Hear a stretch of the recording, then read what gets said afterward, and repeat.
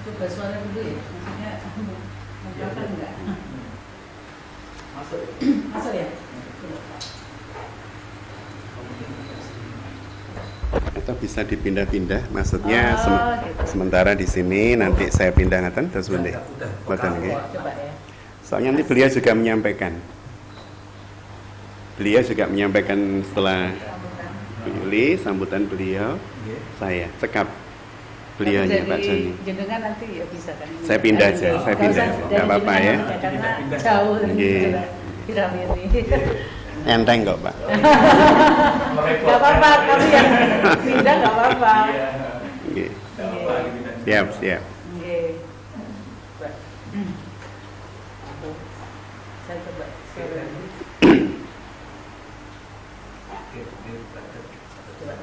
Assalamualaikum, sudah mulai? Dicoba dulu oleh Bu Coba Yuli. dulu sebentar ya. Ini nggak ada, ininya juga nggak ada ya?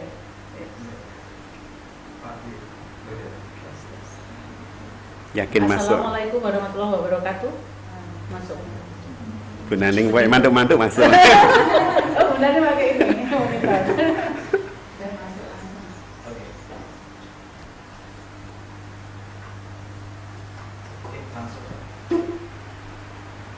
Assalamualaikum warahmatullahi wabarakatuh. Waalaikumsalam warahmatullahi wabarakatuh. Alhamdulillah, puji syukur kita panjatkan kehadirat Allah SWT karena hanya atas izin dan perkenannya pada hari ini Sabtu 11 Juli 2020 bertepatan dengan 20 Dzulqa'dah 1441 Hijriah. Kita semua bisa hadir di sini di gedung Sekolah Dasar Islam Terpadu Yayasan Al-Azhar Kediri dalam keadaan sehat walafiat. Pada hari ini kita ada acara khusus dalam rangka pembekalan wali santri baru di lingkungan Yayasan Pendidikan Al-Azhar Kediri. Bisa kita lihat pada hari ini ada narasumber yang nanti akan bersama kita juga memberikan pembekalan kepada wali santri baru. Juga ada dari ketua yayasan. Kemudian juga yang hadir di sini adalah Bapak Ibu Kepala Sekolah yang ada di Yayasan Pendidikan Al-Azhar. Dan acara kita pada pagi hari ini juga disiarkan secara live streaming di YouTube Yayasan Al-Azhar Kediri. Jadi selamat siang juga untuk Bapak Ibu wali santri di lingkungan Yayasan Pendidikan Al-Azhar yang siang hari ini sedang menonton dan juga seluruh masyarakat yang juga sedang menonton siaran ini secara langsung di YouTube Yayasan Al-Azhar Kediri. Baik, acara kita pada hari ini utamanya adalah untuk pembekalan wali santri dan nanti ada satu tema juga yang akan disampaikan tentang bagaimana memilih sekolah yang tepat dalam mendidik generasi masa kini. Baik, untuk yang pertama kita akan segera ke Bapak Haji Joni Arifin, Magister Pendidikan Islam. Beliau adalah Ketua Yayasan Al-Azhar Kediri yang akan memberikan sambutan. Monggo Pak Joni, kami persilahkan. Bismillahirrahmanirrahim. Assalamualaikum warahmatullahi wabarakatuh. Waalaikumsalam warahmatullahi wabarakatuh. Bismillah, alhamdulillah, sholatu wassalamu ala rasulillah wa ala alihi wa sahbihi wa mawalah. Alhamdulillah, pada kesempatan pagi hari ini kami dari Yayasan Al-Azhar bersama juga narasumber kita Ustadz Muhammad Hatta dan pembawa acara serta para ustadz-ustadzah, para guru-guru yang telah memantau dari rumah barangkali melalui media ini, dan khususnya yang hadir pada kesempatan ini adalah para kepala unit, kepala sekolah PAUD, TK, SD, SMP semuanya datang, dan juga dari pengurus yayasan, ada sekretaris, ada pembina, dan alhamdulillah pada suasana yang sangat penuh rahmat ini pertama kali Yayasan Al-Azhar melakukan virtual. Iya.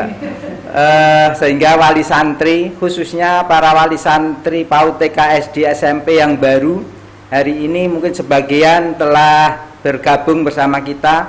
Selamat bersama-sama kita mengawali pendidikan khususnya buat santri-santri Al-Azhar yang kelas 1. Mudah-mudahan di awal pembelajaran ini nanti kita akan bisa mengantarkan para santri-santri Al-Azhar, khususnya santri-santri baru dan juga santri-santri yang sudah mungkin kelas 1, kelas 2 bahkan sampai kelas 3, kelas 6 SD serta kelas 3 SMP yang bisa mengikuti acara ini. Mudah-mudahan di era yang subhanallah seumur saya barangkali baru mengalami yang begini ini, namun subhanallah ini pun juga menjadi satu tantangan buat kita bagaimana dalam situasi dan kondisi yang apapun keadaannya pendidikan tetap terus berlanjut, khususnya pendidikan agama Islam tetap kita lakukan satu pembinaan. Namun demikian para wali santri subhanallah pada situasi yang begini pun sesuai dengan visi maupun misi Yayasan Al-Azhar bahwa pendidikan buat anak-anak adalah yang pertama, baik bagi para wali santri maupun dari Yayasan Al-Azhar sendiri. Sehingga di era pandemik seperti ini pun pendidikan mesti harus kita kedepankan, bahwa pendidikan meskipun pertama menjadi satu tanggung jawab kita sebagai orang tua untuk mendidik anak-anak kita, namun pendidikan pun juga ikut menjadikan pendukung di samping masyarakat di era komunikasi begini ini sangat menentukan sekali. Makanya kerjasama kami dari wali santri, dari yayasan maupun dari masyarakat, mudah-mudahan pembelajaran di era pandemik semacam ini kita tetap mendapatkan petunjuk dan bimbingan dari Allah SWT.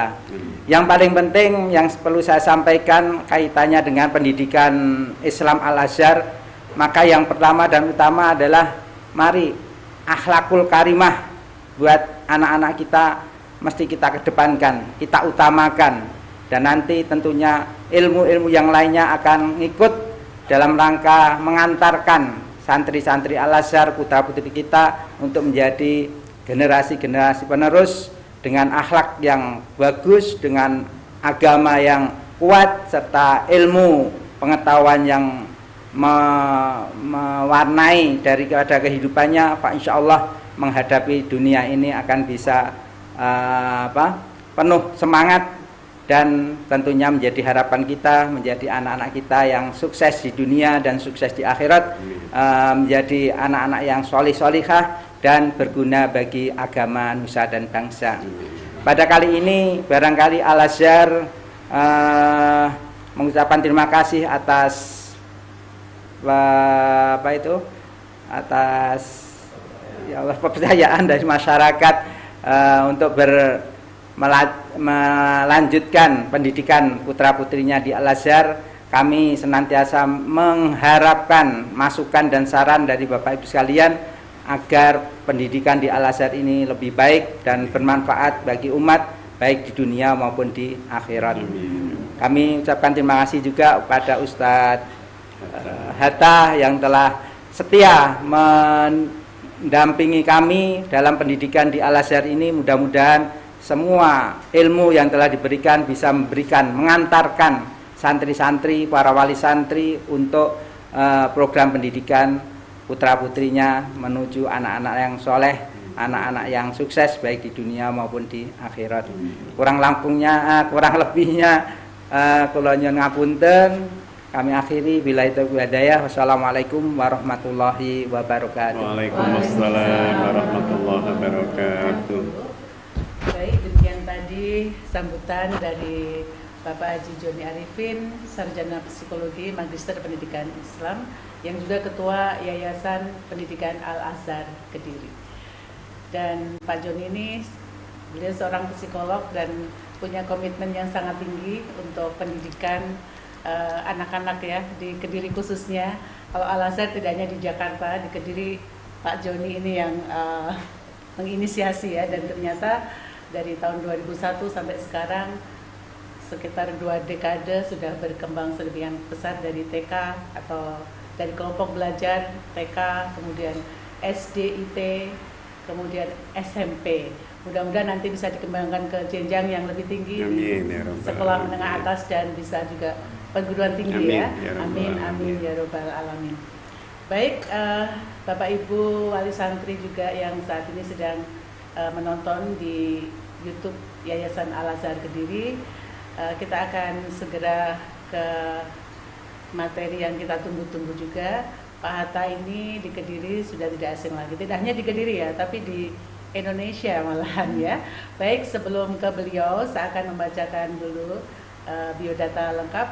Nama lengkapnya Muhammad Hatta, seperti nama Wakil Presiden pertama Tanpa Republik almarhum ya. Indonesia, Pak Hatta. Dan juga Bapak Ekonomi Indonesia ya, besok tanggal 12 Juli diperingati sebagai Hari Koperasi, Pendiri Koperasi. Ya, kemudian usia beliau 48 tahun, memiliki 1 istri dan 3 anak. Ibu apa istri Pak Hatta itu boleh ya disebut namanya? Boleh. Ibu Endang Siti Rodiah. Mudah-mudahan saat ini juga sedang menonton YouTube-nya Yayasan Al-Azhar Kediri ya, nonton di rumah bersama putra-putrinya. Nama putra-putrinya Farah Aliyah Syahidah, Faik Haidar Jundi, dan Firdausi Aulia Syakbani. Dan sekarang beliau sebagai trainer utama di Spiritual Building Center dan Rumah Motivasi. Alamat lengkap di Perum Joloarto 2, Blok B3, Manis Renggo, Kediri. Dan untuk alamat kantor di Jalan Hasanuddin nomor 8. Kemudian untuk riwayat pendidikan terakhir dari Universitas Airlangga Surabaya. Untuk sertifikat ISQ Leadership Eksekutif Jakarta, kemudian juga Kubik Leadership Jakarta, Ericksonian Hipnoterapi Malang. Kemudian untuk pengalaman sebagai manajer operasional BES tahun 2007 dan Humas serta kesiswaan SSC. Dan tahun 2009 trainer utama SBC dan Rumah Motivasi, manajer utama Rumah Motivasi, dan moto hidup beliau adalah ini ya, sebaik-baik manusia adalah yang paling bermanfaat untuk sesama. Dan untuk pengalaman training telah menyampaikan materi di 35 kota di Pulau Jawa, Bali, Madura, dan Kalimantan. Baik, kita beri aplaus dong untuk Bapak Muhammad Hatta yang siang hari ini akan menyampaikan materi dengan judul Memilih Sekolah yang Tepat dalam Mendidik Generasi Masa Kini. Monggo Pak Hatta, kami persilahkan. Bismillahirrahmanirrahim. Assalamualaikum warahmatullahi wabarakatuh. Alhamdulillahilladzi arsala rasulahu bil huda wa dinil haq liyudhhirahu ala dini kulli wa kafa billahi syahida. Asyhadu an la ilaha illallah wa asyhadu anna Muhammadan abduhu wa rasuluhu la nabiyya ba'da. Allahumma shalli ala sayyidina Muhammadin wa ala alihi wa sahbihi ajma'in. Amma ba'd, alhamdulillah, puji syukur kehadirat Allah, Al-Khaliq, Al-Musawwir, Al-Mudabbir, Al-Hakim. Kita diperjumpakan di tempat yang penuh berkah, tempat gurunda kami, Ustaz Joni Arifin bersama seluruh asatid ya, asatidzah selama ini membaktikan diri di jalan Allah melalui dunia pendidikan. Tentu menjadikan tempat ini tempat penuh berkah insyaallah. Bahkan kelak semoga tempat ini bisa menjadi saksi yang meringankan di hadapan persidangan mahsyar, saksi yang akan memberikan kemudahan kepada seluruh pengurus yayasan maupun TK, SD, IT, dan SMPT Al-Azhar untuk mendapatkan tempat terindah dan terbaik di sisi Allah Subhanahu wa taala. Jadi bayangan saya nanti di surga itu ada klaster Al-Azhar gitulah. Ya, Al-Azhar. Ini para bunda dan para ustadz yang luar biasa. Yang saya hormati beliau gurunda kami Ustaz Joni Arifin beserta Bunda Ustazah ya, Bunda Joni, kemudian MC hari ini sangat istimewa, mendatangkan dari jauh gitu ya. Dia ini pakar di siaran keradioan gitu ya. Bunda Yuli, kemudian para ustadz-ustadzah yang hari ini hadir, para kepala sekolah, kemudian sekretaris ya, yang selama ini mendampingi siswa-siswi Al-Azhar ya, dengan penuh semangat, dengan penuh perhatian, dan saya yakin selama di Al-Azhar bukan hanya diajari tapi juga didoakan. Tentu ini hal yang tidak di semua sekolah didapatkan. Jadi di samping diajari, ditransfer ilmu, juga kemudian mendapatkan kiriman doa-doa. Kenapa saya bisa mengatakan begini? Karena kebetulan kami juga beberapa kali berada di sekolah ini untuk menyampaikan materi maupun berdiskusi dengan Ustadz Joni Arifin, dan kami mendapatkan banyak informasi ya, hal yang positif yang kemudian menjadikan saya yakin bahwa tempat ini adalah bagian dari tempat terbaik ya, bagian dari tempat terbaik di Kediri khususnya, yang kemudian menyiapkan generasi-generasi Rabbani yang semoga kelak menjadi qurrata a'yun, bukan hanya buat orang tua tapi juga lingkungan. Maka hari ini kami mendapatkan amanah ya dari beliau-beliau ini untuk menyampaikan materi berkaitan dengan pilihan tempat pendidikan terbaik, apalagi bagi generasi milenial. Kita tahu bahwa Bapak Ibu yang dirahmati Allah yang hari ini menyaksikan via YouTube, jadi saya yakin nih menyaksikan bisa di ruang tamu, bisa di ruang tengah, bisa di dapur mungkin, bisa sambil rebahan gitu ya, karena hari ini kita menjadi kaum rebahan. Jadi bisa sambil rebahan menikmati tayangan, dan dalam posisi apapun semoga kesungguhan panjenengan di dalam mengikuti acara ini, baik yang live maupun tunda, karena via YouTube berarti bisa dilihat kapan saja.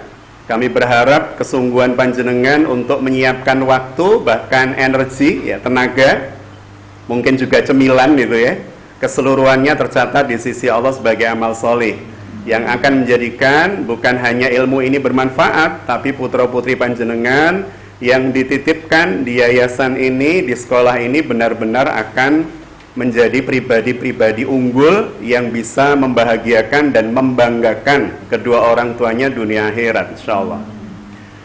Bunda yang dirahmati Allah, saya akan mengawali bahasan kami ya, bahasan kita pada pagi hari ini, karena waktunya nanti kurang lebih 40 menit saya menyampaikan materi, dan ini sudah terlampaui 5 menit untuk mukadimah saja itu ya.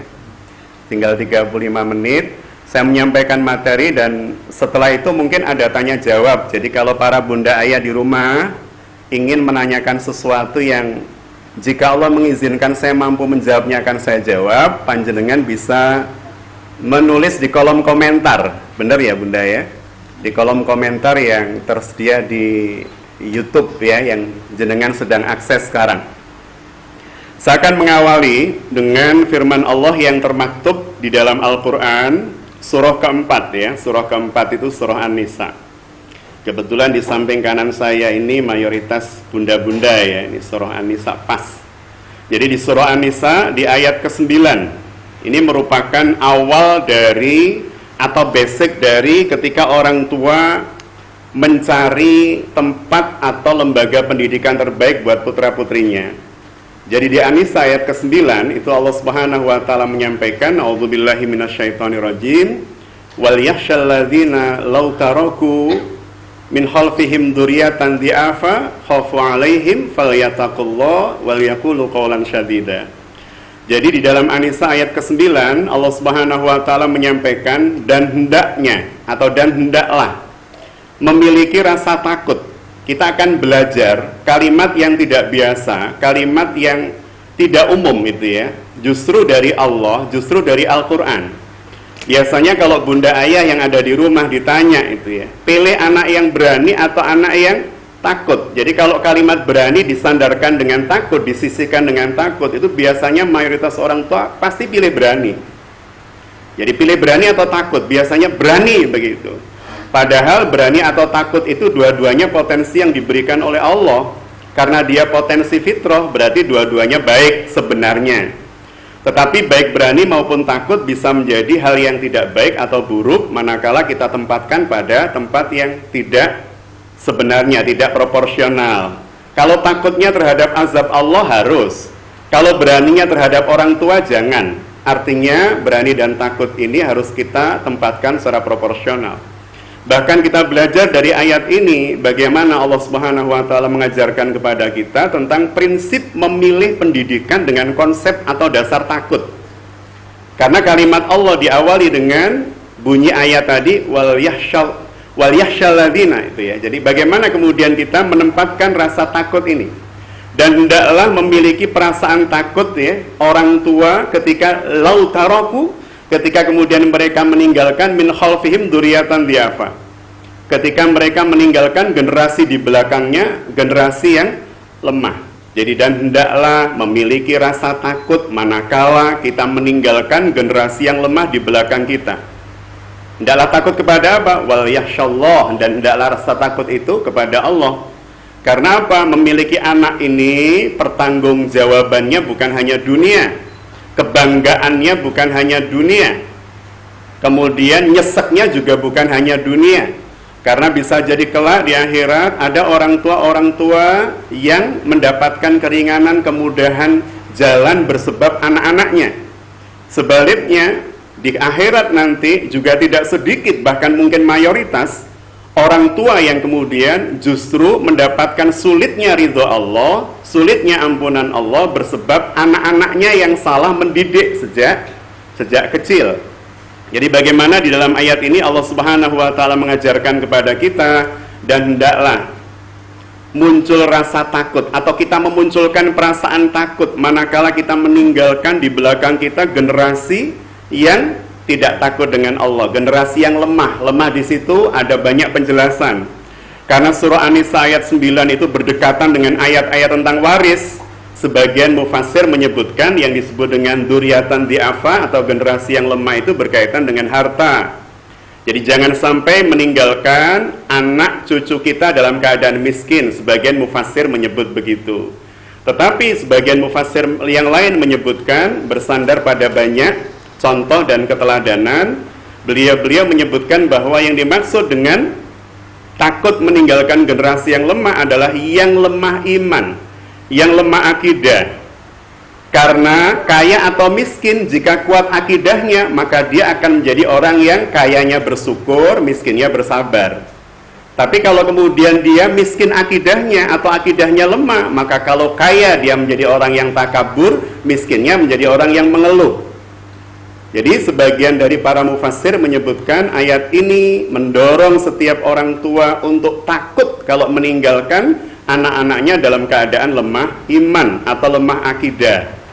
Dari prinsip ini kemudian kalau kita kaitkan dengan memilih lembaga pendidikan di mana anak-anak kita akan bersekolah, di mana anak-anak kita akan terbentuk basic ilmunya atau basic pemahamannya atau persepsinya atau mindsetnya, mau tidak mau kita harus pilih lembaga yang memang membangun basic, membangun basis berpikir anak, membangun hati anak untuk memiliki keimanan yang tangguh.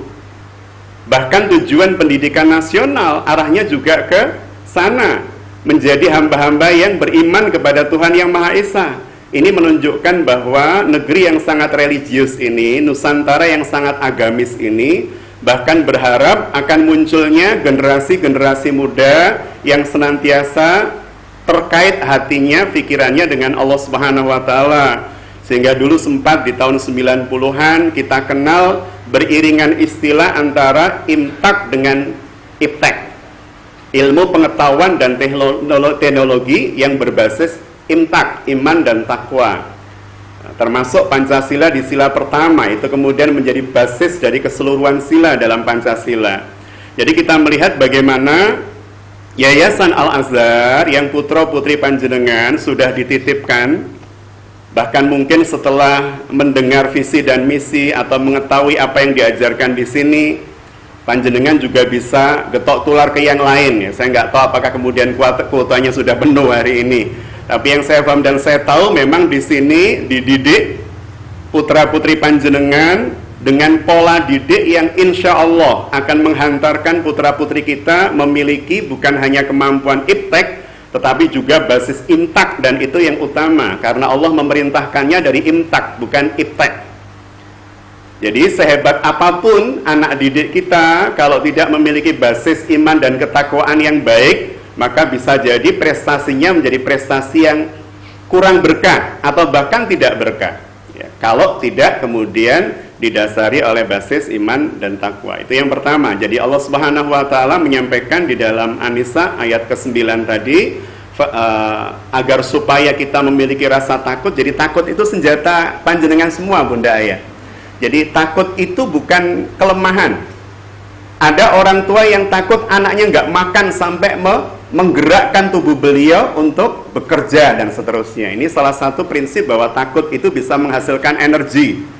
Maka Allah di dalam ayat ini menyampaikan, munculkan rasa takut seandainya nanti kita meninggalkan anak yang lemah keimanannya. Oh, berarti kalau saya tidak ingin anak saya lemah iman, maka dia harus saya didik agar memiliki kekuatan iman, kekuatan takwa. Tidak semua orang tua memiliki waktu mendampingi anak. Tidak semua orang tua memiliki kapasitas ilmu untuk mendidik anak. Maka lembaga pendidikan menjadi sahabat kita di dalam proses mendidik dan membimbing anak, partner kita. Meskipun tugas pendidikan utama itu tetap pada orang tua. Tugas pendidikan utama itu pada orang tua. Lembaga hanya menjadi partner kita, sehingga dalam konsep Islam tidak ada istilah pasrah bongkoan.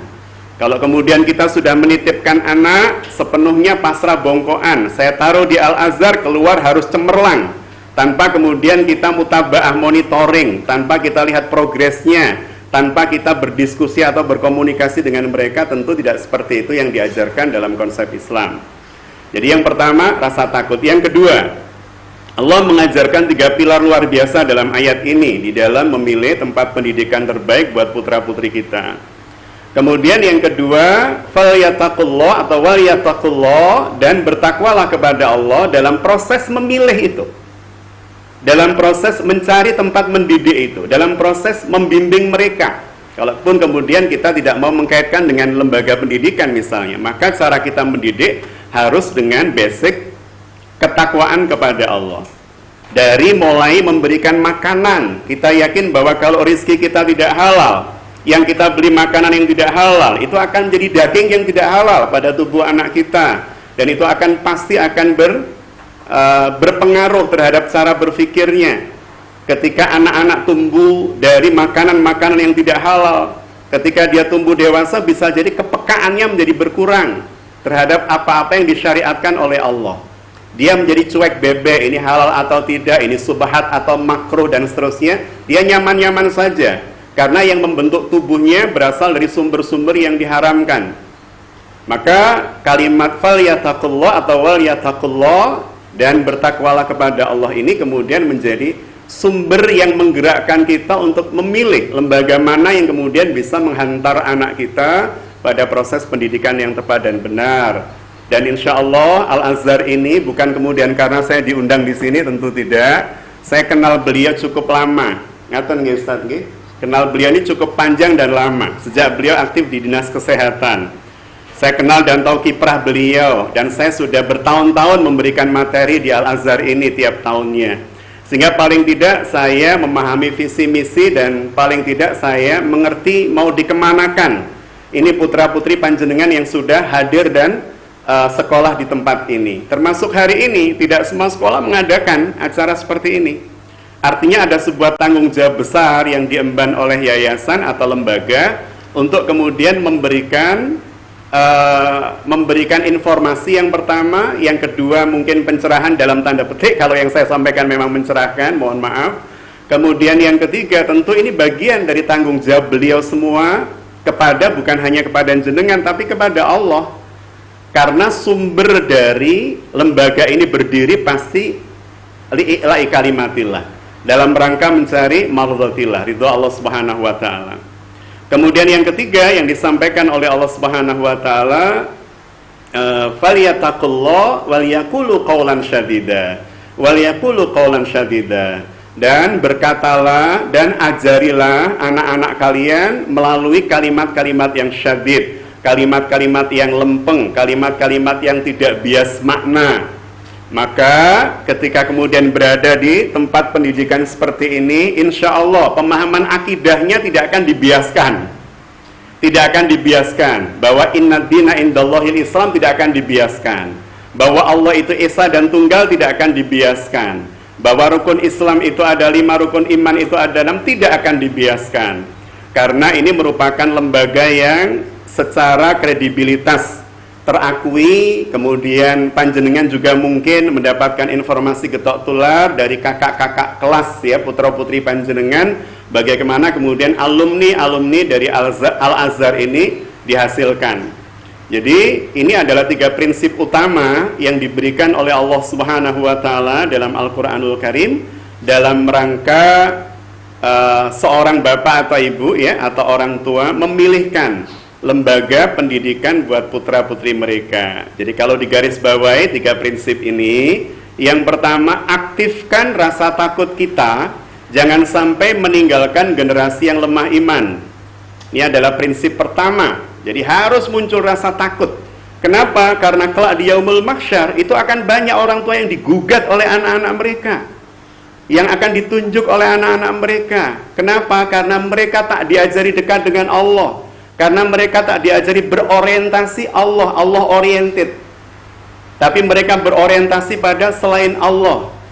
Buat apa jadi pengusaha hebat kalau bukan Allah oriented? Itu akan mentakaburkan, mengujubkan dan seterusnya. Tapi menjadi apapun asalkan Allah oriented, itu kalau hebat jadi bersyukur tadi seperti Sulaiman alaihissalam. Kalaupun kemudian tidak kaya menjadi orang yang biasa-biasa saja, bahkan kemudian sebagian orang ditakdirkan menjadi orang yang miskin misalnya, maka dia menjadi orang-orang yang mudah bersabar. Dan tentu bunda ayah kita berharap anak-anak kita itu menjadi qurrata a'yun fid dunya hatal jannah. Saya tidak mencukupkan kata fid dunya hatal akhirah, tapi fid dunya hatal jannah, hingga anak-anak ini kelak akan menyurgakan orang tuanya. Betapa bahagia dan bangganya orang tua yang kelak anaknya bersaksi di hadapan Allah, ya Rob, aku tidak ingin bunda ayahku engkau masukkan ke dalam neraka, karena yang mengajarkan dan mengenalkan panjenengan pada saya itu orang tua saya, karena yang menjadikan saya cinta kepada Nabiullah itu orang tua saya, dan seterusnya. Maka beruntunglah orang-orang tua yang seperti itu. Dan ujungnya bunda yang dirahmati Allah, panjenengan dan saya ini hidup di atas bumi Allah. Ujungnya kita akan melewati sebuah pintu bernama kematian. Dan setelah itu ada proses pertanggungjawaban panjang, perjalanan yang masih panjang. Ada barzah, ada mahsyar, ada sirat, ada al-haud al-kautsar, sampai kemudian ditetapkan ke surga atau ke neraka. Karena perjalanan kehidupan setelah kematian itu lebih panjang dan lebih lama, berarti prinsip hidup kita bunda ayah adalah ketika mati harus bawa banyak bekal dan menyedikitkan penggugat. Bukan sedikit bekal banyak penggugat. Dan yang paling mengenaskan jika diantara penggugat kita itu anak-anak kita, itu paling mengenaskan bagi orang tua. Jadi harapan kita ketika pulang menuju Allah adalah banyak bekal, sedikit penggugat. Bukan sedikit bekal tapi yang gugat ngantri. Jadi kita berharap menghadap Allah dalam keadaan membawa bekal yang indah, yang baik dari amal-amal soleh yang kita buat, kita lakukan. Dan peringan beban kita itu juga banyak saksi-saksi yang meringankan. Banyak ngantri, bukan ngantri menggugat, tapi untuk meringankan beban hisab kita. Sekian banyak orang, termasuk saya bayangkan anak-anak panjenengan, termasuk bunda-bunda guru, ayahanda guru di sini, ustadz-ustadz, saya bayangkan murid-murid panjenengan itu jadi saksi yang meringankan kelak. Saya dulu di kelas ini diajari oleh bunda itu, saya baru ngeh dan mencintai Allah, rasanya cinta Allah banget karena diajar ustadzah A, ustadzah B. Maka betapa kemudian hari itu kita merasakan benar nikmatnya mengalirkan ilmu bagi para gurunda, demikian pula orang tua mengalirkan harta untuk pendidikan anak-anaknya. Dan setiap rupiah panjenengan, insya Allah jika itu menghasilkan ilmu yang bermanfaat, maka setiap rupiah itu akan menjadi pembela panjenengan di hadapan Allah Subhanahu wa taala. Jadi kalau Al-Azhar mau bangun lagi, lepaskan rupiah dengan gampangnya gitu maksud saya. Jadi betapa kemudian ini gambaran yang disampaikan oleh Allah Subhanahu wa taala agar kita semua memahami, insya Allah pilihan kita memasukkan putra-putri kita ke sini bukan pilihan yang salah. Ini pilihan bertanggung jawab dunia akhirat. Pilihan yang sebagaimana Allah Subhanahu wa taala dorong kita melakukannya. Itu mungkin sementara Bunda yang dirahmati Allah, seandainya nanti ada pertanyaan, saya akan semampu mungkin menjawab. Tapi jika tidak mampu, saya berikan pada Ustadz Joni atau Ustadz-Ustadzah yang lain. Dan seandainya belum, nanti akan saya tambah 1-2 hal berkaitan dengan pemilihan tempat pendidikan dan pola pendampingan yang tidak hanya bergantung pada para asatidzah, tetapi juga bergantung kepada setiap orang tua yang ada di rumah. Demikian, saya kembalikan kepada Bunda Yuli. Assalamualaikum warahmatullahi wabarakatuh. Waalaikumsalam warahmatullahi wabarakatuh.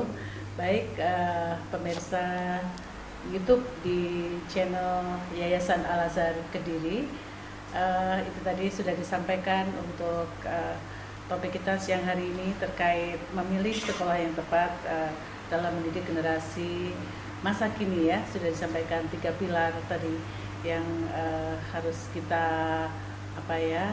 harus kita ugemi sebagai orang tua, termasuk untuk rasa takut meninggalkan anak-anak kita dalam keadaan lemah dan juga kurang atau tidak mengenal Allah Subhanahu wa taala. Baik, kami beri kesempatan untuk wali santri atau mungkin juga yang sedang menonton channel ini untuk bisa menyampaikan pertanyaan kepada narasumber Bapak Ustadz Muhammad Hatta, juga Pak Joni Arifin. Nanti mungkin kalau terkait dengan Yayasan Pendidikan Al-Azhar bisa dikirim kemana ini Bunda Naning untuk ininya ya. Baik, saya akan cek dulu apakah sudah ada yang masuk. Kebersamaan kita nanti sampai jam 11 siang ya. Jadi masih ada waktu untuk Anda yang ingin bertanya, mumpung ada Ustadz Hatta juga di sini, juga Pak Joni, kami persilahkan bisa langsung di kolom komentar di channel YouTube Yayasan Al-Azhar Kediri ya. Sekali lagi untuk terutama kepada Bapak Ibu wali santri yang putra-putrinya baru akan masuk di naungan Yayasan Pendidikan Al-Azhar, baik itu mulai dari playgroup atau kelompok bermain dari jenjang TK, SD, kemudian juga SMP. Ada reguler, ada bilingual juga. Kami persilahkan sambil menunggu mungkin dari Pak Hatta mau menyampaikan lagi, monggo dilanjut nanti kalau sudah ada kami sampaikan.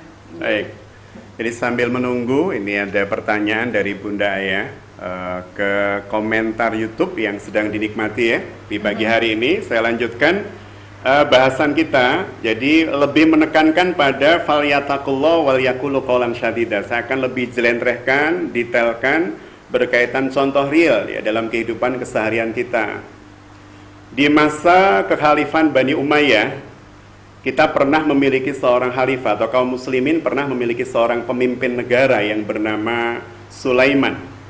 Dan ketika kemudian Sulaiman meninggal, dia sempat meninggalkan harta yang luar biasa berlimpah kepada anak-anaknya. Nilainya ribuan dinar, padahal kita tahu bahwa 1 dinar itu setara dengan 4/4 gram emas, kurang lebih 2/4 jutaan. Dikalikan ribuan berarti miliaran, puluhan miliar atau mungkin ratusan miliar ya, karena ribu dinar. Apa yang terjadi pada putra-putri sang khalifah Sulaiman ini?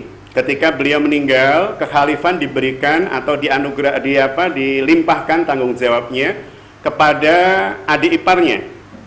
Adik ipar Sulaiman ini bernama Umar bin Abdul Aziz, dan kita sangat mengenal siapa beliau. Kita sering membaca di dalam kitab-kitab sirah sahabat itu ya.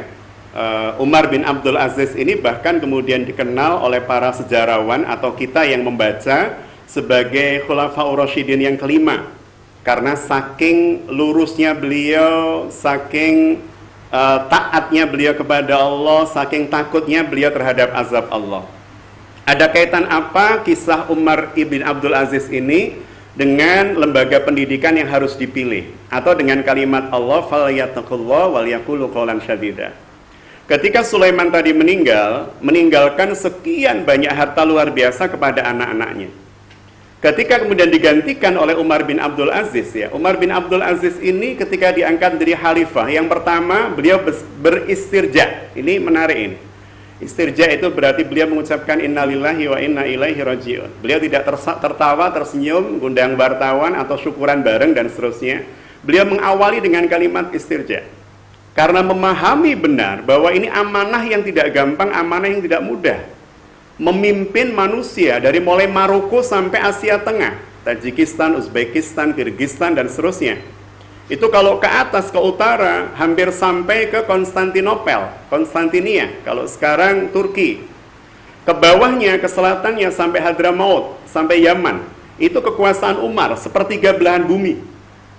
Dan beliau menjadi seorang khalifah waktu itu. Tapi ketika beliau dipilih, yang pertama beristirja, yang kedua dalam tulisan Dr. Muhammad Hussein Haikal, yang kedua ketika beliau mau dibaiat menjadi seorang kepala negara dengan kekuasaan seluas itu, beliau waktu itu mengajak gurunya, guru ngajinya, guru spiritualnya, kalau kita bilang mungkin guru ngaji, guru spiritualnya. Beliau genggam tangan gurunya, nama gurunda beliau juga sangat terkenal ya, kefakihan ilmunya, namanya Imam Az-Zuhri. Jadi sambil memegang tangan Az-Zuhri, Umar bin Abdul Aziz mengatakan pada gurunya sebelum dibaiat, inni akhafun nar, kata beliau. Sesungguhnya aku takut dengan neraka Allah. Dan kita lihat kekuatan kalimat takut itu. Tadi kan kita mengawali kalimat takut masalahnya. Jadi Umar bin Abdul Aziz mengatakan kepada gurundanya Imam Az-Zuhri, inni akhafun nar, sesungguhnya aku takut dengan neraka Allah. Artinya Umar bin Abdul Aziz mengawali kepemimpinannya dengan berpikir ujung kepemimpinan itu tanggung jawab di hadapan Allah. Sama dengan Bunda Ayah, ujung sekolah anak itu tanggung jawabnya pada Allah. Ujung saya mendidik anak itu tanggung jawabnya pada Allah. Dan Umar bin Abdul Aziz menyebutkan, sesungguhnya aku takut dengan neraka Allah. Jangan-jangan ini yang mengarahkan aku pada neraka. Kalau aku tidak benar-benar bisa memimpin dengan baik sesuai dengan yang diperintahkan Allah. Tapi justru dengan kalimat itulah 2,5 tahun beliau memimpin sebelum wafat. Jadi beliau wafat 2,5 tahun setelah memimpin. 2,5 tahun setelah beliau memimpin, kalau panjenengan Bunda Ayah ada yang seorang ekonom, maka tidak ada teori ekonomi yang diterapkan dalam kehidupan seberhasil beliau memimpin. Karena pada saat kepemimpinan beliau 2,5 tahun dengan sepertiga belahan bumi wilayah, itu tidak ada satupun rakyat ya pada masa beliau itu yang berhak dapat zakat. Jadi tidak ada mustahik, subhanallah. Itu berarti rakyat dalam keadaan makmur. 2,5 tahun beliau memimpin. Tetapi ketika beliau meninggal, laki-laki yang dulu disebut sebagai salah satu laki-laki yang paling kaya dari Bani Umayyah, bahkan ketika beliau menjadi gubernur di Madinah sebelum menjadi khalifah, beliau ini termasuk laki-laki yang perlente, gaya jalannya itu menjadi trendsetter, gaya jalan masyarakat waktu itu, karena saking eloknya. Mungkin kalau orang Jawa itu bilang, apa Bunda Yuni, belarak sempal atau apa orang Jawa? Saking indahnya gaya jalan Umar itu, sehingga ada istilah Al-Masa Al-Umariyah, gaya jalannya Umar. Beliau itu kalau pakai baju wanginya, ya kata para penulis sejarah, dalam Al-Bidayah wa Nihayah misalnya, Ibnu Katsir menyebutkan, beliau itu kalau jalan, sudah berjalan agak jauh, udah nggak kelihatan orangnya, wanginya itu masih nyisa. Itu memang orang yang boys begitu mungkin sekarang. Tapi kita lihat ketika beliau memimpin menjadi orang yang paling sederhana. Ketika menjadi seorang orang nomor 1 dengan sepertiga belahan bumi wilayah, menjadi orang yang paling sederhana. Bahkan dikisahkan ketika anaknya itu menghadap beliau, ketok pintu, Assalamualaikum Abah, Waalaikumsalam. Wahai putraku, ini mau ngobrol keluarga ayah dengan anak atau ngobrol negara? Kata sang anak, ngobrol tentang keluarga kita wahai ayah, wahai Abah. Langsung lampunya itu dimatikan oleh Umar bin Abdul Aziz. Ditiup, disebul. Ya, lampu dulu kan model seperti, kalau sekarang mungkin kalau zaman kita kecil tuh oblik. Itu ditiup apinya. Sampai anaknya bengong dan bingung. Wahai Abah, ini bicara kok di tempat gelap-gelapan. Kata sang ayah, kata Umar bin Abdul Aziz, karena yang kita obrolkan bukan hal negara. Ini kan tempatnya di rumah dinas dalam tanda petik. Itu lampu oble itu pakai uang dinas, itu uang negara itu. Maka dimatikan oleh beliau agar supaya perbincangan itu tidak menggunakan fasilitas negara. Ini kita ngobrol-ngobrol pribadi. Maka kita lihat ketika beliau meninggal, hartanya yang dibagikan kepada anaknya yang jumlahnya 13, itu sebagian periwayat menyebut 14. Hartanya yang beliau bagi kepada anak-anaknya yang laki-laki mendapatkan harta 4 atau 5 dirham. Ya, 4 atau 5 dirham. Yang perempuan mendapatkan 2 dirham. Ya, 1 dirham itu 70.000. Ya, katakan 5 dirham berarti 70 kali 5 itu. Jadi hartanya tidak banyak beliau ketika meninggal, dan itu yang diwariskan.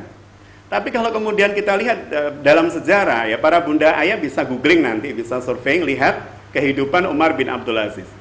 Ternyata anak-anaknya yang mendapat harta sedikit ini, nanti di Daulah Abbasiyah, masa Daulah Abbasiyah, mereka ini menjadi pembayar zakat terbesar di zamannya. Kenapa? Karena Umar mengatakan kepada adiknya, adik iparnya, namanya Maslamah bin Abdul Malik bin Marwan bin Hakam. Jadi adik iparnya itu bilang ketika beliau akan meninggal, titipkan anak-anakmu pada saya, anakmu itu banyak. Harta yang kau titipkan pada mereka, yang kau tinggal cuma sedikit, titipkan anakmu pada saya, kata Maslamah, karena aku adalah pangeran Umayyah yang paling kaya. Biar anak-anakmu jadi tanggunganku. Tapi Umar mengatakan kepada sang adik ipar, aku sudah titipkan anakku kepada zat yang lebih kaya dibanding engkau. Dengan jaminan apa? Iman. Maka ternyata dengan jaminan iman dan takwa ini, anak-anak Umar kelak menjadi pembayar zakat, kalau sekarang pembayar pajak terbesar di zamannya untuk negara. Ya. Jadi ini menunjukkan bahwa takwa itu jauh lebih penting dibanding meninggalkan harta.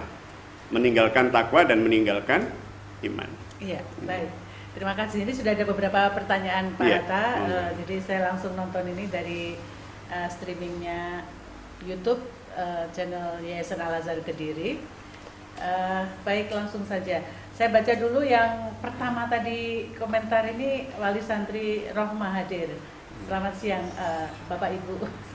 Assalamualaikum juga. Terima kasih. Ini banyak sekali yang sedang nonton, tapi kebanyakan ini menyampaikan kalau sedang nonton gitu ya, tapi tidak menyampaikan pertanyaan ya. Jadi artinya dikira mungkin ada absensinya Bu Naning ya. Jadi kalau nggak nonton nanti ada sanksinya gitu ya. Termasuk juga dari mulai TK, ada Wali Santri Faid TKB dan Maya 4 bilingual hadir. Berarti ini satu orang tua, 2 putra-putrinya dititipkan di sini ya. Kebanyakan begitu saja Pak Joni ya. Jadi ada mungkin dalam satu keluarga ada 2 atau 3 anak ya yang disekolahkan di sini dari beberapa jenjang. Tapi langsung saja saya ke pertanyaan ini, ada dari, saya harus scroll dulu sebentar. Ini ada Ibu Masami Munawar. Alhamdulillah kami mempercayakan ketiga anak kami di Al-Azhar.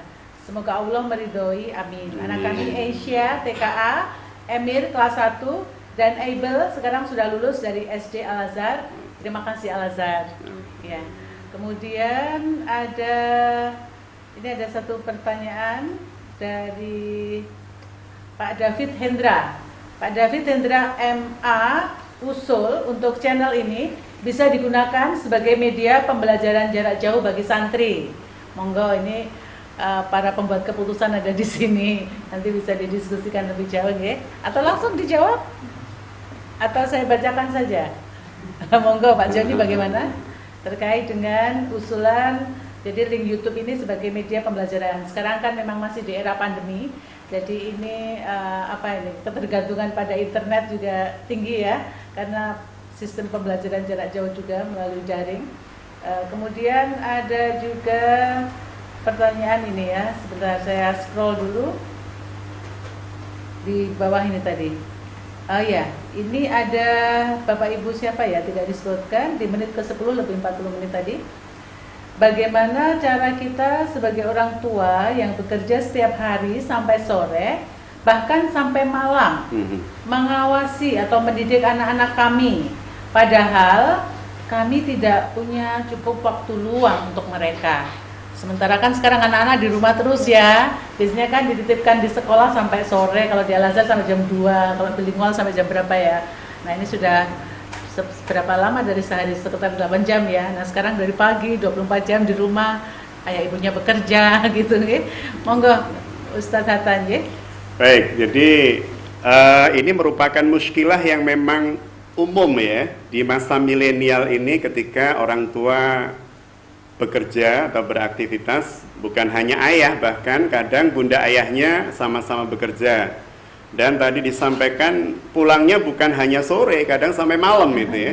Saya khawatir nanti dilanjutkan pulangnya sampai dini hari besok paginya. Atau kerja di luar kota, Itu pasti Bang Toyib kalau itu ya. Jadi berkaitan dengan pertanyaan beliau yang luar biasa ini, subhanallah, ini menunjukkan ya, pertanyaan ini menunjukkan bahwa beliau memang berkeinginan menjadi orang tua yang bertanggung jawab. Sehingga dengan kesulitan yang beliau alami, beliau berharap ada solusi, ada problem solver dari apa yang beliau alami hari-hari ini. Bunda yang dirahmati Allah, sejatinya pertanyaan beliau ini jawabannya diwakili oleh seorang tokoh yang Allah hadirkan dalam Al-Quran. Bahkan tokoh ini akan sangat dekat dengan kita di bulan Zulhijjah yang beberapa waktu akan datang kita masuki. Tokoh yang saya maksudkan adalah Ibrahim alaihissalam. Jadi kita belajar pada Ibrahim alaihissalam bagaimana anak yang tidak didampingi oleh sang ayah itu ya. Anak yang sejak kecil tidak didampingi oleh sang ayah. Kita tahu bahwa Ismail alaihissalam itu hanya sempat didampingi oleh Ibrahim atau Nabiullah Ibrahim alaihissalam hitungannya bulan. Setelah itu kemudian mendapatkan perintah dari Allah itu ya, atas kasus antara Ibunda Sarah dengan Hajar, diperintahkan untuk menjauhkan ya Ibunda Hajar, mengungsikan, menghijrahkan lebih tepatnya dari Palestina, dari Hebron ke Makkah Al-Mukarramah yang waktu itu Makkah masih tandus. Bi ghairi dzar'in begitu. Kalau sebutan Allah di dalam Al-Qur'an surah ke-14, surah Ibrahim, dari mulai ayat ke-33 atau 34 sampai 37 dan seterusnya. Jadi Allah Subhanahu wa taala memberikan penjelasan kepada kita bahwa ada seorang nabi, dan mayoritas nabi itu, mayoritas nabi-nabi dalam ulul azmi itu adalah nabi yang tidak didampingi ayah memang. Ismail misalnya ya, Ibrahim Ismail. Ismail itu tidak didampingi sang ayah sejak kecil. Ibrahim itu baru bertemu dengan Ismail ketika Mahusa'ya, kalau penyebutan Al-Quran berkaitan dengan penyembelihan Ismail oleh Ibrahim atas perintah Allah, itu kan Mahusa'ya. Ketika dia sudah bisa berusaha, maka beberapa musafir menyebutkan usia beliau antara 13-14 tahun, itu ketemu bapaknya lagi. Berarti yang dominan memberikan bimbingan didikan terhadap sang anak adalah ibunda. Contoh yang lain, yang paling konkret dekat dengan kita, Rasulullah SAW, bahkan tanpa ayah sejak lahir, ya, ayah sudah meninggal. Contoh yang lain yang masuk ulul azmi, Isa alaihissalam tanpa ayah, ibu saja, itu kan, dan seterusnya. Artinya kita belajar ya dari Allah Subhanahu wa taala melalui Al-Qur'an wahyunya. Banyak anak-anak yang kemudian tumbuh hebat menjadi orang-orang besar meskipun didampingi oleh single parent. Maka single parent itu seharusnya tidak menjadi alasan buat setiap orang untuk kemudian mengatakan ya pantas anaknya nakal, lo nggak duwe bapak. Ini kalimat salah tapi dibenarkan itu ya. Ya pantas gak jadi anak yang sulit diatur karena dia sejak kecil tidak didampingi bapak. Musa itu enggak, jenengan pernah baca dalam Al-Quran bapaknya Musa siapa? Sejak kecil kita bicara ibunda Musa. Demikian pula dengan Isa alaihissalam, demikian pula dengan Rasulullah SAW, demikian pula dengan Ismail alaihissalam. Jadi dari sini kemudian kita belajar banyak bahwa jauhnya anak dari atau bahkan tidak didampinginya anak ya dalam rentang waktu yang cukup panjang. Kalau tadi disampaikan oleh sang bapak masih pulang, alhamdulillah masih ada waktu untuk bertemu, berinteraksi. Maka waktu berinteraksi itu harus benar-benar dijadikan waktu yang sangat efektif. Jadi yang pertama tidak ada alasan itu ya, tidak ada alasan kok kemudian kita punya waktu sedikit anak jadi nggak benar. Karena sekian banyak contoh Rasul dan Nabi seperti itu. Satu, yang kedua bagaimana peran Hajar ya, ibunda Hajar agar kemudian si anak ini tumbuh besar dalam keadaan mencintai dan mengagumi bapaknya. Nah, ini penting. Jadi meskipun ayahnya jauh, ayahnya di Hebron, Palestina, ya anaknya dan ibunya di Mekah, jaraknya ribuan kilo. Kalau perjalanan pakai onta bisa bulan, jeda waktunya bisa bulan ya, interval waktunya. Tapi kemudian ketika Nabi Ibrahim datang ke Mekah lagi, dapat perintah Allah, bahkan kemudian di hari ketiga setelah bermimpi, Hari ke-7, setelah itu Tarwiyah ragu-ragu, setelah itu Arafah, berarti beliau yakin banget, tanggal 10 disembeli atas perintah Allah. Jadi bagaimana kemudian ketika Nabi Ibrahim datang lagi ke Mekah, sang anak itu melihat ayahnya itu kagum. Sehingga ketika ayahnya mengatakan ini perintah Allah, langsung nganut. Itu saking kagumnya dengan sang ayah pasti. Tapi kalau kemudian tidak ketemu ayah lama, ibunya kemudian sering memberikan informasi pada anak, ya sembelih bapakmu itu suwe gak mulai dan seterusnya. Saya yakin anak seperti ini akan melihat bapaknya itu bapak yang bermasalah. Kalau bapaknya bapak bermasalah, ketika kemudian bapaknya menasehati ketika pulang, maka si anak pasti sulit manut, sulit dengar, karena baginya bapak tidak punya otoritas. Cerita ibunya tentang bapak itu gak enak toh. Jadi bagaimana kemudian sang ibu yang membersamai anak itu ya bisa mengkondisikan agar supaya otoritas kebaikan bapaknya itu nyampe ke anak. Sering cerita tentang keluar biasaan bapaknya, sering menyampaikan tentang tanggung jawab bapaknya, sehingga yang tersimpan dalam memori anak adalah bapakku orang luar biasa. Sehingga kalau beliau menasihati, saya akan mendengar, begitu alam bawah sadarnya. Jadi kita belajar dari para nabi, para rasul, seperti itu. Yang kedua, yang ketiga, yang terakhir, Bunda Ayah, tidak ada kehidupan jenengan dan saya yang mulus-mulus saja ketika mendidik anak. Selalu akan berhadapan dengan muskilah dan masalah ya. Mungkin jenisnya berbeda di waktu yang berbeda, bobotnya juga mungkin berbeda. Dan bobot itu pun sejatinya relatif atau subjektif, bergantung dari keilmuan orang tua. Ada orang tua yang lapang hati, lapang dada, berilmu sehingga faham dan tahu kalau anak seperti ini pasti harus divalidasi dulu dan seterusnya. Ada orang tua yang rasa-rasanya anak sedikit saja menyampaikan sesuatu yang tidak nyaman sudah dimarahi, marahnya bahkan bersambung. Wesiki adzan sholat dhisik engko bar sholat tak lanjutkan, misal begitu dan seterusnya. Artinya Bunda yang dirahmati Allah, menjadikan diri kita memiliki ilmu adalah sebuah keharusan dan kewajiban. Dan ketika ada muskilah, salah satu kemudian yang bisa membantu kita dan pasti membantu kita adalah keberadaan Allah sebagai zat yang menitipkan anak kita kepada kita. Jadi kata kunci ketiganya adalah yang punya hati anak kita itu Bunda Ayah, bukan kita tapi Allah. Artinya apa? Yang bisa memberi hidayah anak kita itu bukan kita tapi Allah. Sehingga setiap orang tua wajib untuk membangun hubungan dengan Allah tanpa putus. Membangun hubungan dengan Allah untuk kemudian menyampaikan muskilah hubungan kita dengan anak, yang pada akhirnya Allah lah yang kemudian akan menurunkan pertolongannya. Cuman pertolongan Allah itu tidak akan turun pada orang yang memang tidak layak ditolong. Oh, berarti kita harus melayakkan diri untuk menjadi hamba yang akan ditolong oleh Allah. Maka berapa banyak orang tua yang tidak bisa mendampingi anaknya secara intens, tapi anak-anaknya jadi luar biasa. Kenapa? Ketika tidak mendampingi, doa-doanya nggak pernah surut, nggak pernah berhenti. Dan disitulah kemudian Allah akan memberikan kemudahan dan pertolongannya. Itu mungkin Bapak, wallahu a'lam bishawab. Ya, baik, terima kasih Ustadz. Ya, terima kasih juga untuk pertanyaan tadi, dan ini mungkin mewakili juga pertanyaan-pertanyaan yang sama yang yang mungkin juga selama ini ada di dalam benak Bapak Ibu semuanya terkait dengan pertanyaan yang tadi disampaikan sudah terjawab. Jadi meskipun tidak ketemu secara fisik begitu Ustaz ya, tapi tetap membersamai dalam doa-doa dan insya Allah dan melayakkan diri untuk bisa ditolong Allah Subhanahu Wa Taala ya. Baik, kemudian ini ada satu pertanyaan mungkin agak mirip ya, tapi saya bacakan dari Ibu Askiatul Husna. Bagaimana memotivasi anak-anak kami di tengah pandemi seperti sekarang ini, karena mungkin sudah terlalu lama libur ya. Kalau dulu itu mengharapkan libur panjang, tapi karena ini terlalu panjang, jadi anak-anak sudah bosan sebenarnya di rumah. Kapan masuk gitu, termasuk anak saya ya. Tapi karena juga sedang kondisi sekarang tidak berani juga mempertaruhkan risiko kesehatan anak-anak di tengah pandemi yang belum usai. Monggo Ustadz.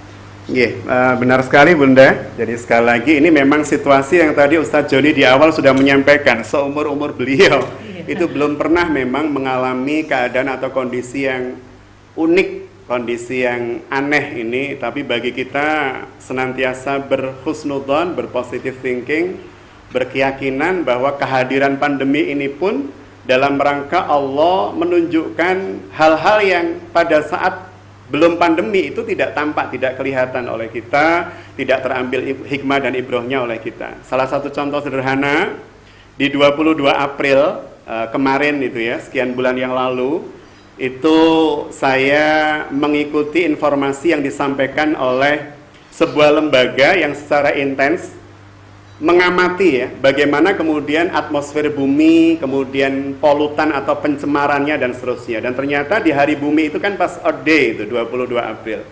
Disampaikan oleh para peneliti di tanggal 22 April kemarin itu bumi itu seperti usianya seperti 30 tahun silam.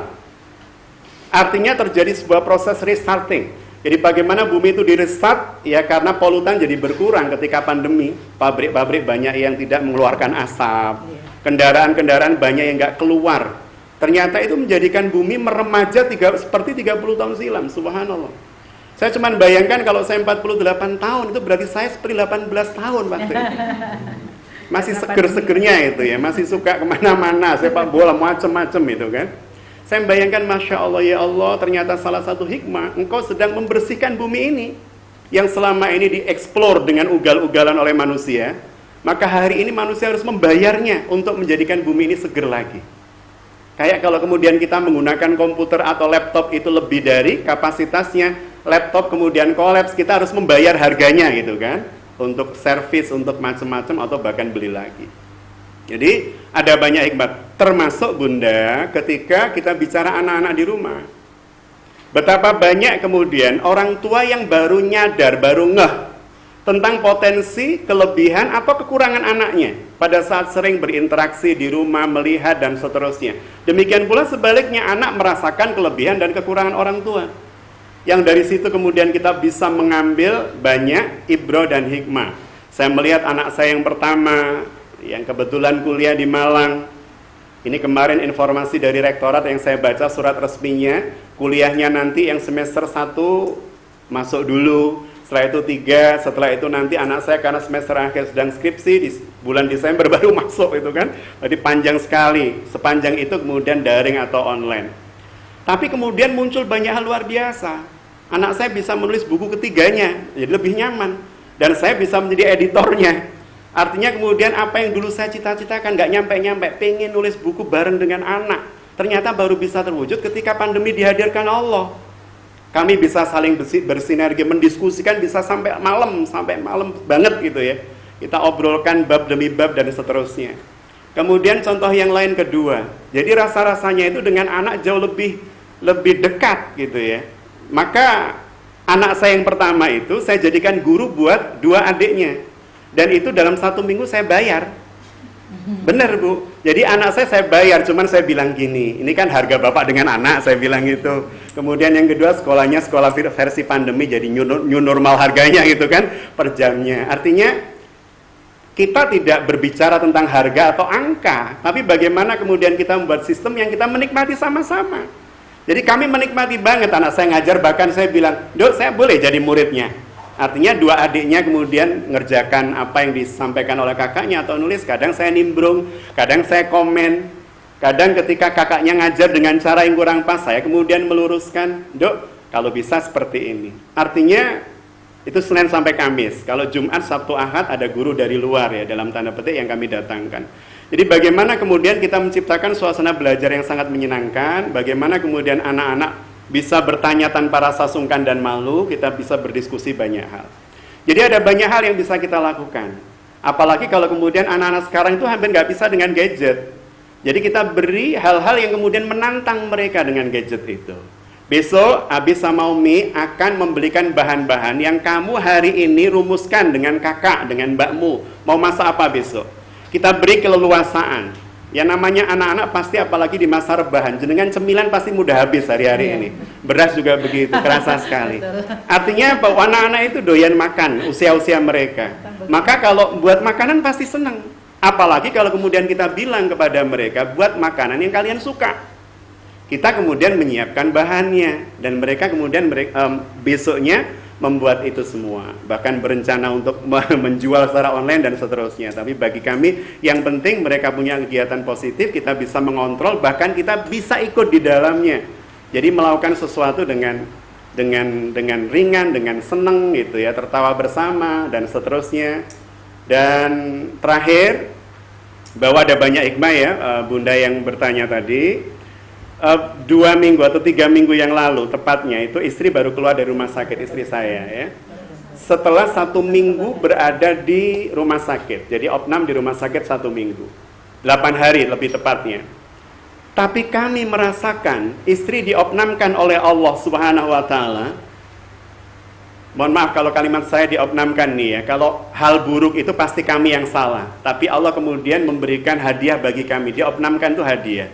Karena waktu itu kami bisa berada dalam satu ruangan tiap hari, karena anak-anak nggak mau tidur di rumah, nyaman dengan ayah dan ibunya berada di satu kamar di rumah sakit gitu ya. Jadi selama 1 minggu kami bicara banyak hal, saya bercerita masa kecil saya, demikian pula dengan istri, dan kami mendapatkan Allah, ini nikmat luar biasa di tengah ujian yang kau berikan pada istri. Tapi istri juga merasa, Masya Allah Bi, di saat saya opnam, anak-anak pada diliburkan oleh Allah dengan situasi ini, sehingga semua anak pada bisa nungguin ibunya, dan itu energi besar bagi istri untuk kemudian bisa cepat sembuh dan seterusnya.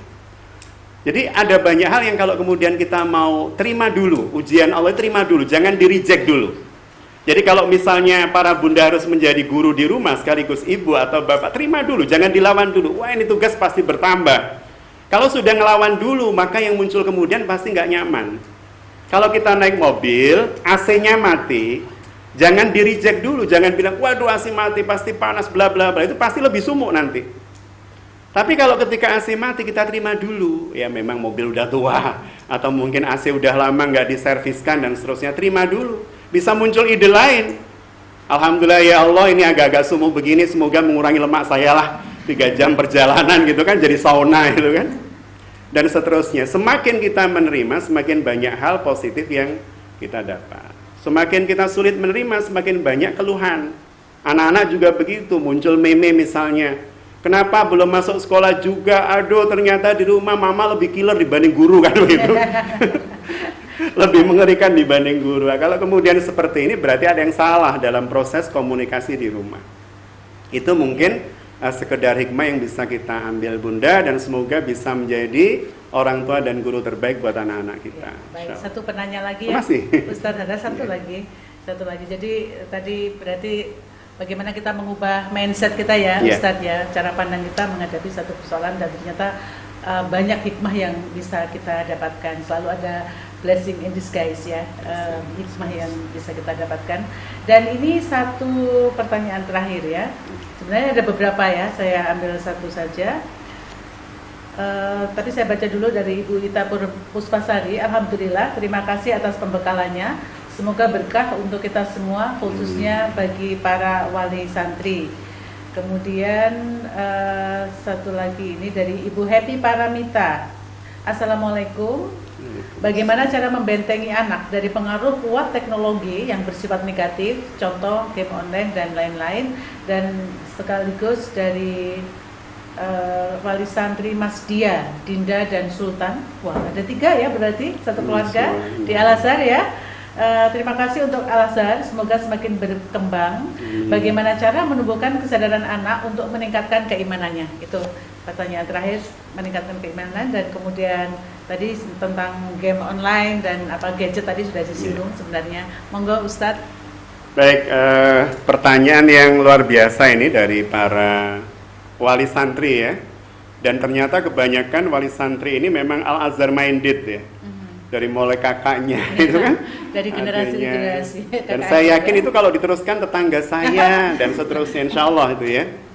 Jadi Bunda yang dirahmati Allah, yang pertama berkaitan dengan gadget. Hari ini gadget itu bukan lagi hal yang bersifat sekunder apalagi tersier.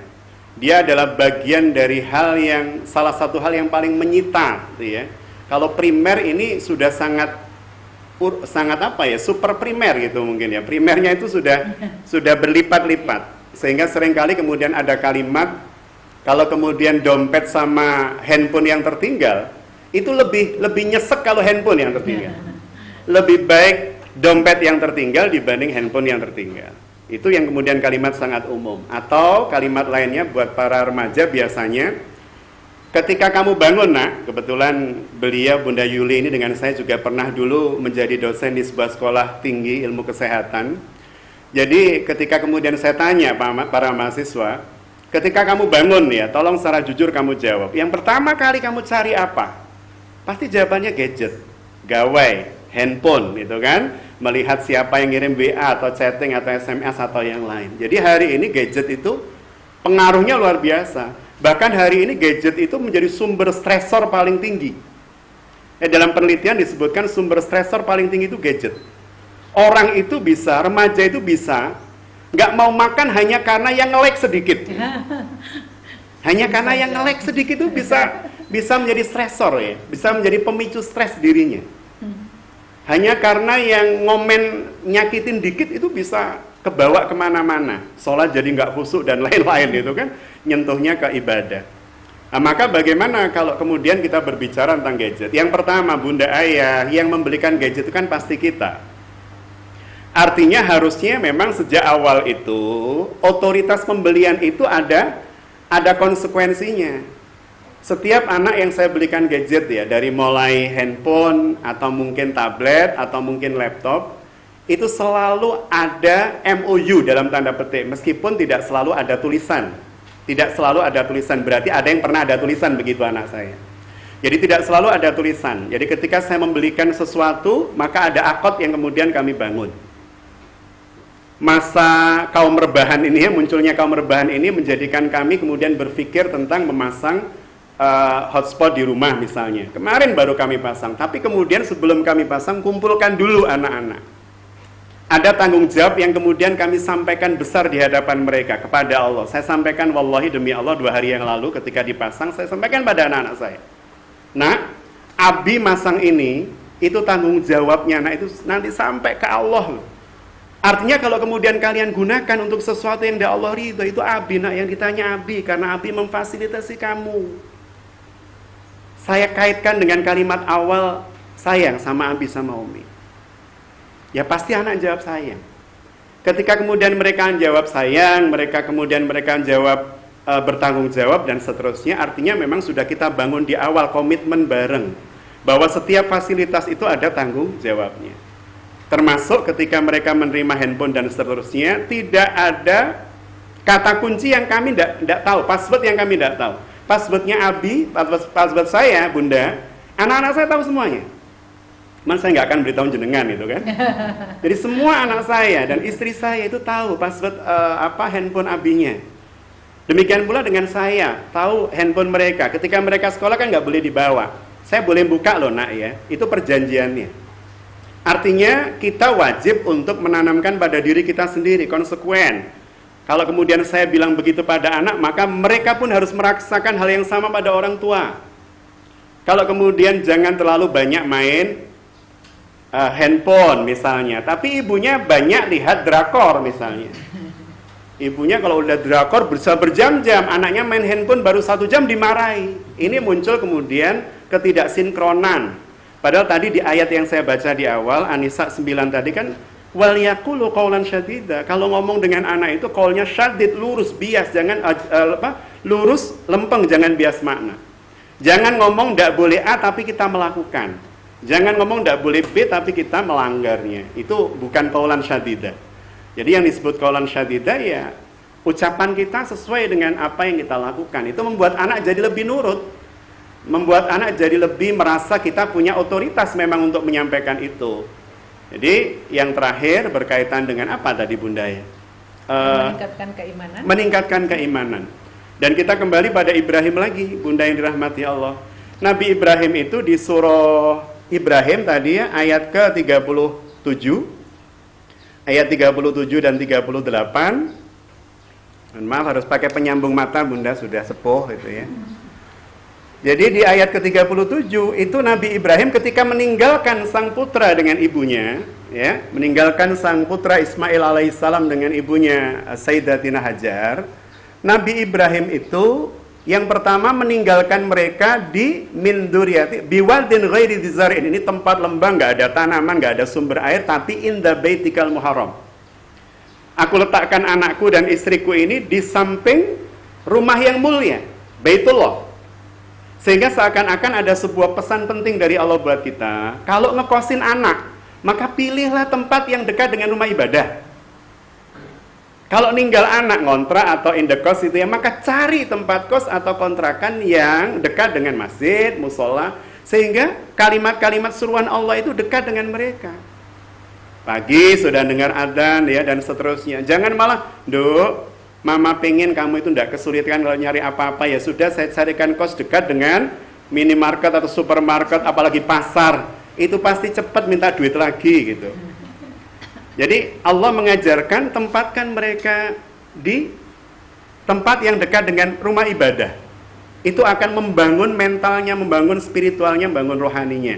Dan diakhiri dengan kalimat Nabi Ibrahim berdoa setelah meninggalkan, mendoakan. Tadi ya prinsipnya mendoakan. Bunda Ayah ngajari mereka, mencontohi mereka dan mendoakan. Rabbana liyuqimus sholata faj'al af'idata. Ini kalimat terakhir ini yang jarang diketahui orang.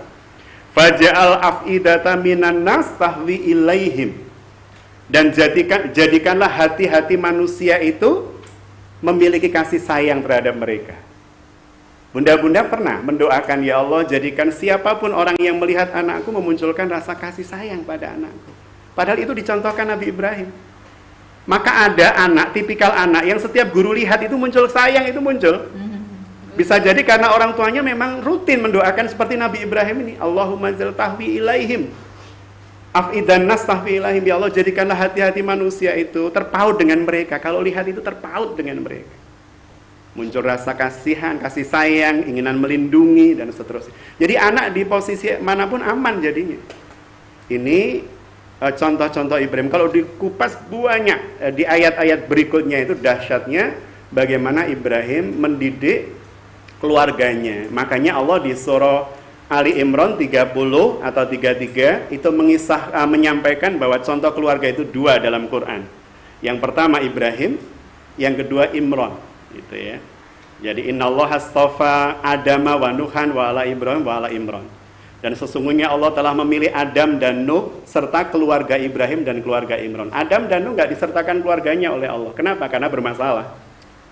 Ketika berbicara keluarga, Allah menunjuk wa ali Ibrahim wa ali Imran dan keluarga Imran. Keluarga Ibrahim Imran ini contoh bagaimana proses pendidikan itu bisa berjalan dengan baik, dan semoga putra-putri panjenengan di sini terdidik sebagaimana Ismail di masa lalu, sebagaimana Musa di masa lalu, dan sebagaimana Muhammad kecil di masa lalu, sehingga kelak akan menjadi pencahaya kehidupan orang tuanya baik dunia maupun akhirat kelak insyaallah. Demikian Bunda Yuli. Assalamualaikum warahmatullahi wabarakatuh. Waalaikumsalam warahmatullahi wabarakatuh. Terima kasih banyak Ustadz Hatta yang sudah memberikan pembekalan kepada wali santri baru khususnya dan kepada kita semuanya tentang memilih sekolah yang tepat dalam mendidik generasi masa kini.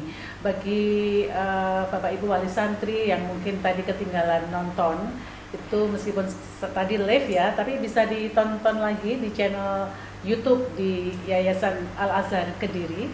Dan ini tadi memang tayangan perdana ya. Jadi ini tadi tayangan perdana. Nanti bisa ditonton lagi di channel YouTube sekali lagi di Yayasan Al-Azhar Kediri. Selamat bergabung di Yayasan Pendidikan Al-Azhar untuk Bapak Ibu wali santri yang putra-putrinya baru masuk baik di jenjang TK, SD, SMP, ya sampai SMP ya sementara ya. Baik, sekali lagi kami mengucapkan terima kasih kepada saya mewakili sekolah apa ini ya, mewakili dari pihak sekolah juga tentunya mengucapkan terima kasih banyak untuk Bapak Ibu wali santri yang sudah mempercayakan pendidikan putra-putrinya di Yayasan Pendidikan Al-Azhar. Mudah-mudahan YouTube ini nanti juga semakin banyak konten-konten tayangan yang bermanfaat yang bisa juga diakses Bapak Ibu wali santri semuanya. Tidak hanya untuk hari ini masih perdana. Saya yakin nanti akan ada banyak konten-konten lagi yang menarik di mana Bapak Ibu wali santri juga bisa menonton dan mengakses dari YouTube seperti yang tadi juga salah seorang wali santri mengusulkan. Ini juga bisa menjadi media pembelajaran yang bermanfaat dan positif. Terima kasih sekali lagi dan saya Yulfa sebagai moderator dan pembawa acara mengucapkan terima kasih. Wassalamualaikum warahmatullahi wabarakatuh. Waalaikumsalam warahmatullahi wabarakatuh. Ya gimana? Bener Bu. Saya bingung. Akhirnya tadi saya buka YouTube di sini, loh, ternyata banyak komentar. Tadi saya pikir lewat WA. Kalau masuk layar malah enak jenenge. Iya. Saya nanti Ustadz Danta bisa nonton juga di Nggih, linknya. nanti di rumah menikmati. Ada foto bersama Ibu? Ah, Ada foto bersama nggih? Oh, nggih. Monggo foto bersama, ada himpunannya katanya ada foto bersama. Semoga bertemu.